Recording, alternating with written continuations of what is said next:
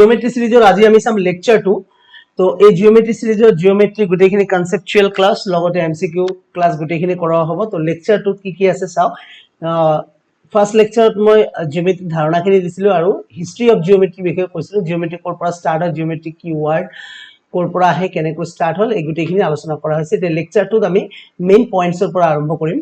যে পইণ্ট মানে অসমীয়াত কোৱা হয় বিন্দু বুলি আৰু পয়েন্টস কাক কয় পয়েন্টস হল এটো এটা হৈছে ইউক্লিডিয়ান প্লেন বুলি কয় ইউক্লিডিয়ান কাক কয় মই জোৱা লেকচাৰত আপোনালোকক কৈছিল লেকচাৰ 1 ত প্লেলিষ্টত গৈ জিওমেট্ৰি সিৰিজ বুলি লিখা আছে তাত গৈ আপোনালোকে জিওমেট্ৰি ভিডিওবোৰ চাব পাৰিব স্পেশালি এডিআৰই গ্ৰেড 3 গ্ৰেড 4 বা বিভিন্ন এক্সামৰ কাৰণে তো এটো এটা ইউক্লিডিয়ান প্লেন এই ইউক্লিডিয়ান প্লেনৰ ভিতৰত এইবোৰ যে বিন্দুবোৰ দেখিছে এইবিলাকক কোৱা হয় বিন্দু বিন্দু মানে জাস্ট ওয়ান ডট এনেকে just a single dot This is called bindu, just a single dot. এইবোৰক কোৱা হয় বিন্দু ঠিক আছে এটা বিন্দুৰ পিছত আহিব আমাৰ ৰেখা কাক কয় ঠিক আছে তো চাও ৰেখা মানে ইংলিশত কোৱা হয় লাইন বুলি এটা লাইনক যদি মই ইউক্লিডিয়ানৰ ভাষাত ক'ব যাও ইউক্লিডিয়ানৰ ভাষাত হ'ল প্ৰস্থহীন দৈৰ্ঘ্য দ্যাট মিন্স ব্ৰেথলেস লেন্থ ঠিক আছে এইবাৰৰ কোৱেশ্চন অলপমান স্টেটমেন্ট বেসিস বা বেলেগ টাইপৰ কোৱেশ্চন আহিব পাৰে সো সেই কাৰণে এইবোৰ কথা অলপমান চাই যাব আপোনালোকে যে লাইন মানে আগত আমি জানিছিলো লাইন মানে হৈছে there is no end point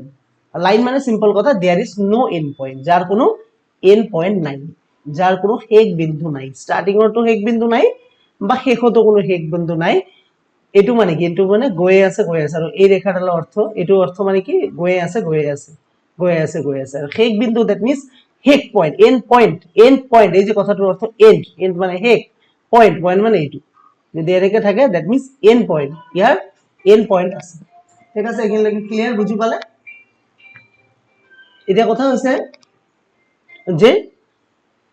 line মানে হৈছে ব্রেথলেস লেন্থ মানে প্রস্থহীন দৈর্ঘ্য বা আমি সিম্পল ভাষাত যদি কব যাও there is no end ইয়াৰ কোনো এন্ড নাই সো এনেকে দুটা এৰো মাৰ্ক দিয়া থাকিব লাগিব এটোকে কোৱা হয় ৰেখা বুলি এটা এই ৰেখাটোৰ পৰা যদি মই মাজৰ পৰা কাটি লৈ আহো ব্লেডেৰে বা আপুনি কেচিৰে যদি কাটি দিও এনেকে যদি কাটি দিও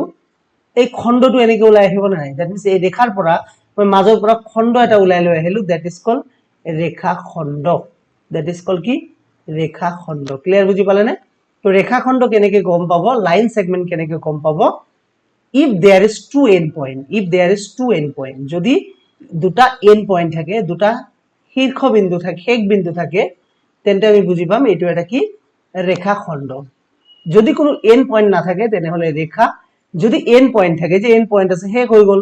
এই যে এন্ড পয়েন্ট শেষ হৈ গল এই কাৰণে ইয়াক কোৱা হ'ব লাইন সেগমেন্ট মানে ৰেখা খণ্ড ক্লিয়াৰ এটা ৰেখা খণ্ডৰ পিছত আমি বুজিব লাগিব যে ৰশ্মি কাক কয় তো ৰশ্মি বুজাৰ আগতে আৰু এটা কথা বুজি লও যে এটা পয়েন্টৰ মাজেৰে আমি কেইডাল ৰেখা অঙ্কন কৰিব পাৰো সো সাপোজ এটা পয়েন্ট দিলু এই পয়েন্টৰ মাজেৰে আমি কেইডাল ৰেখা অঙ্কন কৰিব পাৰো তো ইয়াৰ আনসাৰ হ'ব অসংখ্য ৰেখা অঙ্কন কৰিব এডাল ৰেখা অঙ্কন কৰিলো এডাল ৰেখা অঙ্কন কৰিলো এডাল ৰেখা অঙ্কন কৰিলো এনেকে বহুত ৰেখা আপুনি অঙ্কন কৰি যাব পাৰিব ঠিক আছে তো ইয়াক লৈ পিছত আৰু ভালদৰে আলোচনা কৰি আছো এটা চাই লওক যে ৰশ্মি কাক কয় ৰশ্মি মানে কি ৰশ্মি মানে সব এটা এন্ড পয়েন্ট আছে আৰু এটা এন্ড পয়েন্ট নাই that means one end point মানে এটা এন্ড পয়েন্ট থাকিব ঠিক আছে ওয়ান এন্ড পয়েন্ট এটা শেষ বিন্দু থাকিব যাক অসমীয়াত কয় ৰশ্মি আৰু ইংলিশত কয় ৰে বুলি ৰে মানে হৈছে এটা এন্ড পয়েন্ট থাকিব আৰু এটা এন্ড পয়েন্ট না থাকিব ঠিক আছে দ্যাট মিন্স একফালে এন্ড কৰি দিম আৰু একফালে গৈ থাকিব এৰো দি দিম ইয়াক কোৱা হ'ব ৰশ্মি বুলি ঠিক আছে ক্লিয়ার হল এখিনি লৈকে নেক্সট চাও নেক্সট হৈছে কনকারেন্ট লাইন মানে সমবিন্দু ৰেখা কনকাৰেন্ট লাইন মানে মই এই যে মাত্ৰ আপোনালোকক বুজাইছিলো যে এটা পয়েন্টৰ মাজেৰে কেইডাল ৰেখা অঙ্কন কৰিব পাৰি এটা পয়েন্টৰ মাজেৰে অসংখ্য ৰেখা অঙ্কন কৰিব পাৰি এই যে ৰেখা অঙ্কন কৰিলো এই পয়েন্টৰ মাজেৰে আৰু ৰেখা অঙ্কন কৰি দিয়ক এই পয়েন্টৰ মাজেৰে আৰু ৰেখা অঙ্কন কৰি দিয়ক ঠিক আছে অসংখ্য ৰেখা অঙ্কন কৰিব পাৰি এই যে ৰেখাবিলাক যে দেখিছে সাপোজ নাম দি দিলু A B C D E F বুজি পাইছে নে জি এইচ এই যে ৰেখাবোৰ দেখিছে যে এই ৰেখাবোৰক কোৱা হ'ব কনকাৰেন্ট লাইন দ্যাট মিন্স এডাল বা এটা পয়েন্টৰ মাজেৰে এটা বিন্দুৰ মাজেৰে যদি অসংখ্য ৰেখা অঙ্কন কৰা হয় তেন্তে হলে সেই ৰেখাবোৰক কোৱা হ'ব কনকাৰেন্ট লাইন বা সমবিন্দু ৰেখা ঠিক আছে ইয়াতে কন্ডিশন এটা আছে যে এটা পয়েন্টৰ মাজেৰে এটলিষ্ট 3টা ৰেখা হ'বই লাগিব ঠিক আছে এটা পয়েন্টৰ মাজেৰে এটলিষ্ট 3ডাল ৰেখা অঙ্কন কৰিবই লাগিব বুজি পালে নে একডাল দুইডাল তিনডাল তো কি কৈছো এটলিষ্ট এই পয়েন্টটো লিখি ৰাখিব at least 3 line should be drawn at least 3 line বুজি পালে না তারমানে কি কইছো কনকারেন্ট লাইনৰ ক্ষেত্ৰত কি হ'ব লাগিব এটা পয়েন্টৰ মাজেৰে এটা বিন্দুৰ মাজেৰে মিনিমাম 3টা ৰেখা অঙ্কন কৰিব লাগিব 3টাতকৈ অধিক অঙ্কন কৰিব পাৰে যদি এনেকে আমি অঙ্কন কৰি দিও এটো এটা পয়েন্ট হল সাপোজ এনেকে দুইডাল ৰেখা অঙ্কন কৰিলো নাম দিলো এ বি সি ডি তেন্তে এই এ বি আৰু সি ডি কনকাৰেন্ট লাইন বা সমবিন্দু ৰেখা বুলি কোৱা নহব কনকাৰেন্ট লাইন কেতিয়া কোৱা হ'ব যেতিয়া এডাল বিন্দুৰ মাজেৰে ঠিক আছে more than 3 or more than 3 ৰেখা অঙ্কন কৰিব তেতিয়া তাক কোৱা হ'ব কনকাৰেন্ট লাইন ক্লিয়াৰ নেক্সট হৈছে কোলিনিয়াৰ মানে হৈছে ইয়াত মেনশন কৰি দিছো 3 or more points are lie on the same line ঠিক আছে কি কৈছে এডাল ৰেখাৰ ওপৰত যদি 3টা বা তাতকৈ অধিক বিন্দু থাকে তেন্তে তাক কোৱা হ'ব কোলিনিয়াৰ ঠিক আছে কি কৈছে এডাল লাইনৰ মাজেৰে এই যে এডাল লাইন এই লাইনৰ মাজেৰে মিনিমাম কেইটা বিন্দু থাকিব লাগিব মিনিমাম 3টা থাকিব লাগিব ঠিক আছে মিনিমাম কেইটা বিন্দু থাকিব লাগিব 3টা ইয়াতকে অধিক থাকিব পাৰে দ্যাট মিন্স দুটা বিন্দু দি যদি ৰেখা অঙ্কন কৰা হয় তাক কোলিনিয়াৰ বুলি কোৱা নহব কোলিনিয়াৰ মানে মিনিমাম 3টা পয়েন্ট থাকিব লাগিব এডাল ৰেখাৰ ওপৰত ঠিক আছে নেক্সট হৈছে কোপ্লেনাৰ এই যে প্লেনাৰ মানে প্লেন ঠিক আছে প্লেনাৰ এটা প্লেনৰ ভিতৰত প্লেন মানে কি আপোনালোকে বিল্ডিং বনায় কয়নে নাই যে প্লেন বনাব লাগিব প্লেনৰ পারমিশন ল'ব লাগিব প্লেন এন্ড এস্টিমেট বনাব লাগিব প্লেন ইন দা সেন্স যে আপুনি কোনটো এৰিয়াত বনাই আছে হেতু কোৱা প্লেন ঠিক আছে তো ধৰি ললো এটো এটা মানে এটা প্লেন হয় এই প্লেনৰ মিনিমাম 3টা পয়েন্ট থাকিব লাগিব মিনিমাম 3টা অর মোর দেন 3 এই সব 3টা পয়েন্ট দিছো 3টা বিন্দু যদি এটা প্লেনৰ ভিতৰত মিনিমাম 3টা বিন্দু থাকে তেন্তে তাক কোৱা হয় কোপ্লেনাৰ বুজি পাইছে না দুডাল প্লেন হলে নহব সপোজ এই এটা প্লেন হয় মোৰ কাখত আৰু এটা ঘৰ আছে বা আৰু এঘৰ ল্যান্ড আছে ইয়াতে দুটা বিন্দু আছে ইয়াতে এটা বিন্দু আছে তেতিয়া এক কোপ্লেনাৰ বুলি কোৱা কোপ্লেনাৰ মানে সেম বিল্ডিংতে হ'ব লাগিব সেম প্লেনতে হ'ব লাগিব সেম প্লেনত মিনিমাম 3টা বিন্দু অর মোর দেন 3 বিন্দু হলে তাক কোৱা হ'ব কোপ্লেনাৰ ঠিক আছে বুজি পালেন কোপ্লেনাৰ পয়েন্ট এগুলো एक्चुअली কোপ্লেনাৰ পয়েন্ট ঠিক আছে আৰু এটা কথা এখানে মেনশন কৰো এই যে এটো যে বুজাইছিলো যে কনকাৰেন্ট লাইন ঠিক আছে কনকাৰেন্ট লাইনৰ ভিতৰত আৰু এটা কোশ্চেন ইয়াতে আহিব পাৰে এইবোৰটো কনকাৰেন্ট লাইন মানে সমবিন্দু ৰেখা বুজি পালো কিন্তু এই যে মাজৰ যে বিন্দুডাল এই বিন্দুটোক কি বুলি কোৱা হ'ব এই বিন্দুটোক কোৱা হ'ব পয়েন্টস অফ কনকাৰেন্ট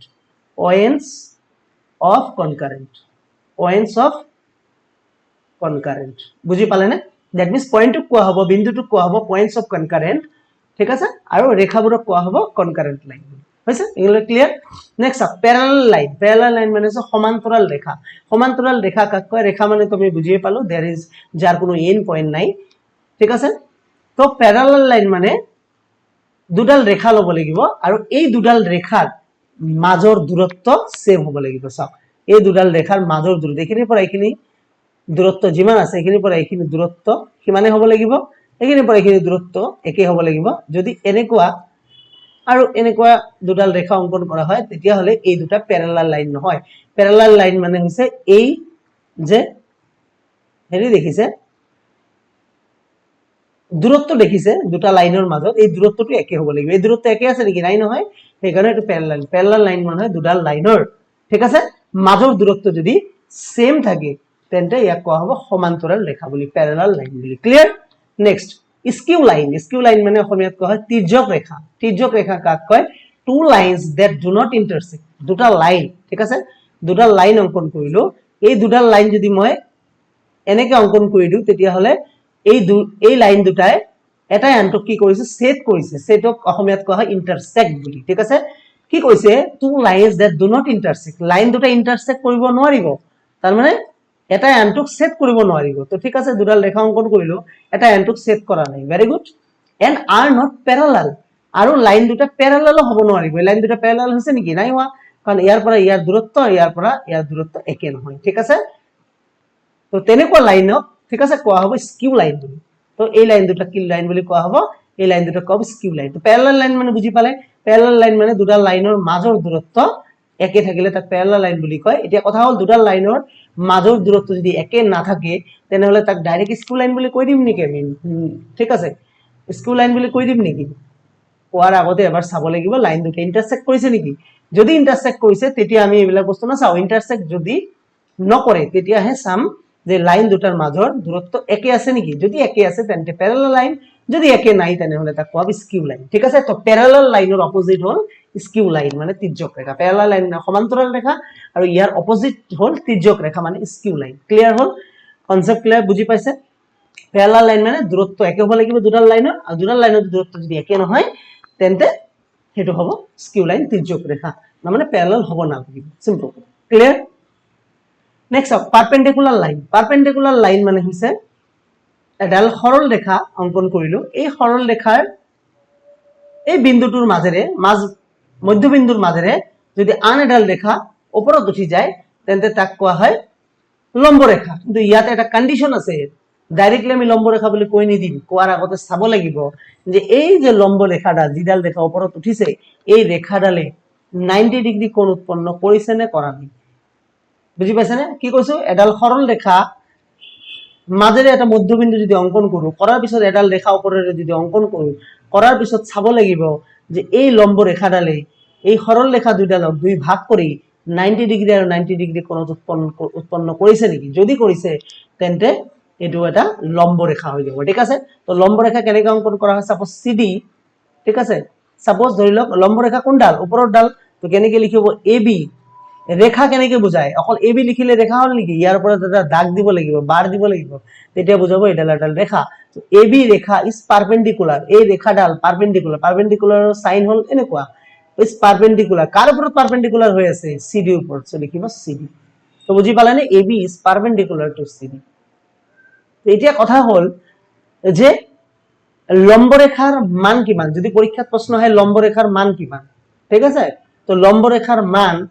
90 ডিগ্ৰী সকলোৱে জানে 90% 99% ক্যান্ডিডেটে জানে যে লম্ব ৰেখাৰ মান পাৰপেন্ডিকুলাৰ লাইনৰ এঙ্গেল যদি খুদে তেন্তে 90 ডিগ্ৰী কিন্তু অপশনত যদি 90 ডিগ্ৰী নাথাকে তেতিয়া কি হ'ব অপশনত 90 ডিগ্ৰী নিদিব পাৰে দিব পাৰে যে π/2 ৰেডিয়ান বুলি π/2 ৰেডিয়ান বুলি তেতিয়া তো কনফিউজ হৈ যাব যে আপুনি তো ৰেডিয়ান শুনা নাই তো সেই কাৰণে এইবাৰ কোৱেশ্চনবোৰ অলপমান এডভান্স লেভেলত চাব কোৱেশ্চন একে হ'ব বাট আনসাৰটো চেঞ্জ হৈ যাব প্ৰশ্ন এবাৰ চেঞ্জ নহব পাৰে আনসাৰটো চেঞ্জ হৈ যাব পাৰে ঠিক আছে এই কাৰণে ডিগ্ৰিৰ পৰা ৰেডিয়ান কেনেকৈ কনভাৰ্ট কৰে ৰেডিয়ানৰ পৰা ডিগ্ৰি কেনেকৈ কনভাৰ্ট কৰে এটা স্পেশাল এটা ভিডিও আনিম তাত আপোনালোকক বুজাই দিম সো এতিয়া বৰ্তমান মনত ৰাখক যে 90 ডিগ্রি মানে হল π/2 রেডিয়ান তো অপশনত 90 ডিগ্রি না থাকি π/2 রেডিয়ান থাকিলেও রাইট হ'ব তো বুজি পালে পারপেন্ডিকুলার রেখা ক্লিয়ার খুব ইম্পর্টেন্ট হয় এইবোৰ বেসিক ক্লিয়াৰ থাকিলেহে আপোনাৰ জ্যামিতি ইজি লাগিব নহলে জ্যামিতি একো বুজি নাপায় যেতিয়া মেইন কোৱেশ্চনবোৰত আমি আগবাঢ়ি যাম নেক্সট আহি গল আমাৰ কোণ ঠিক আছে এঙ্গেল কাক কয় দুডাল ৰশ্মি বা দুডাল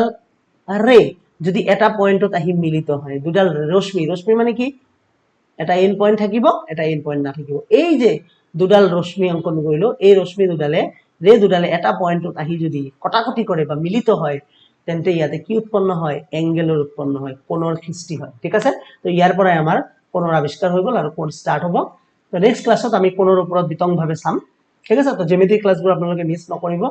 কনসেপচুয়াল ক্লাছবোৰ শেষ হোৱাৰ লগে লগে এমসিকিউ ক্লাছ প্ৰিভিয়াস ইয়াৰ কোৱেশ্চন কি প্ৰিভিয়াস ইয়াৰত বিভিন্ন এক্সামত কি কোৱেশ্চন আহিছিলে জ্যামিতিৰ পৰা গোটেইখিনি মই কৰাম ঠিক আছে থ্যাংক ইউ সো মাচ